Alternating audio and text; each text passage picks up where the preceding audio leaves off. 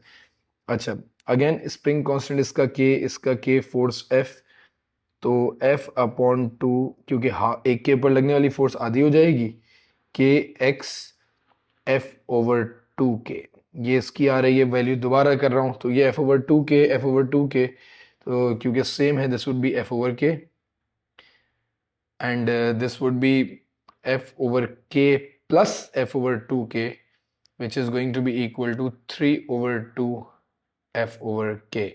अगर आप f/k को 1 भी कंसिडर करें तो you would realize कि ये हाफ है, this is 1 and this is 1.5, तो ये हमारे पास बेसिकली आपकी वैल्यूज आ जाएंगी कि ये इस तरीके से है, and then the largest extension would be z, second would be the y, and the smallest is gonna be x, तो x, y and z, a is going to be your answer, ठीक है। मैं उम्मीद करता हूँ ये understanding आपकी develop हो रही होगी। अच्छा जी, I think this is the same question that we have just discussed, yes this is the same question that we have discussed. एक बार आप दोबारा इसको ट्राई कर लीजिएगा। This is it for the combination of springs, हमने काफ़ी understanding develop कर ली है। इंशाल्लाह नेक्स्ट लेक्चर के अंदर हम लोग जो है कॉम्बिनेशन के बाद will be talking about stress and strain और Young's and modulus. These are going to be some new things that you haven't discussed in your IGCSEs nor in your O levels। तो अपना ख्याल रखिएगा। See you in the next lecture. Take care guys.